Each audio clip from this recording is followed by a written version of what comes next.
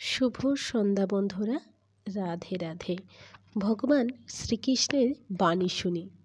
ভগবান শ্রীকৃষ্ণ বাণী শুনে নিজের জীবনকে আলোকময় করে তোলে। শ্রীমদ্ ভগবদ্গীতায় ভগবান শ্রীকৃষ্ণের বাণীগুলি আমাদের জীবনকে আলোকময় করে তোলে, আর তার প্রতিটি কথা জীবনকে আলোকসজ্জায় সজ্জিত করে।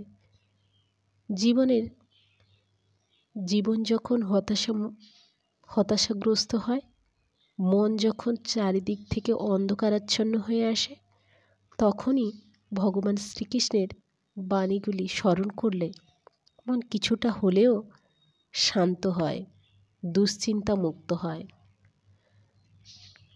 যদি ভালো থাকতে চাও তবে পুরনো অভ্যেসগুলো বদলে ফেলো।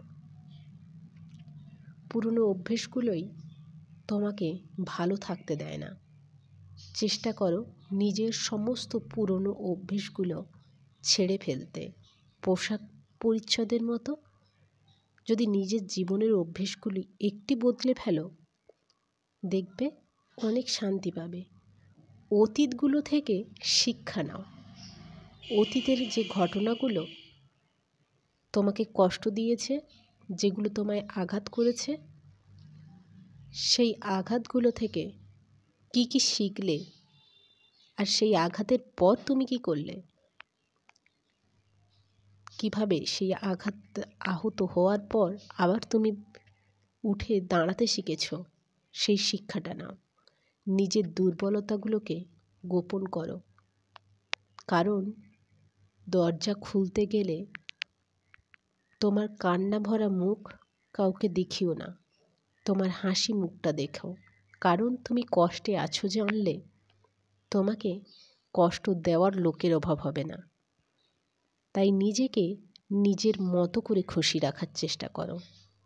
নিজের দুর্বলতাগুলো অন্যকে প্রকাশ করলে হয়তো সে সহানুভূতি দেখাবে, হয়তো তোমার সামনে তোমাকে সান্ত্বনা দেবে, কিন্তু তোমার আড়ালে সে ওগুলো নিয়েই হাসি ঠাট্টা করবে। তাই নিজের দুর্বল জায়গাগুলো কখনো কারোর সামনে মেলে ধরো না, তাতে তোমার কষ্ট বাড়বে। হয়তো তুমি মনে করছো তুমি এটা বলে তুমি নিজেকে হালকা করলে, কিন্তু সেটা ভুল। তুমি নিজেকে হালকা করলে না। অতীতে ওই কথাগুলো যাকে বলেছিলে, পরে সেই তোমায় সবচেয়ে বেশি আঘাত করবে।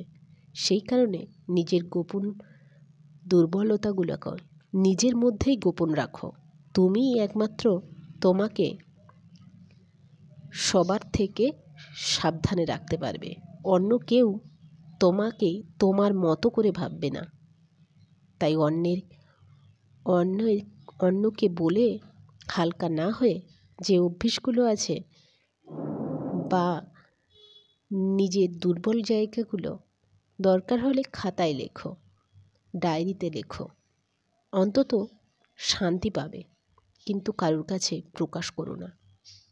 তোমাকে তারাই আঘাত করবে যারা তোমার দুর্বল জায়গাগুলো জানতে পারবে। রাধে রাধে।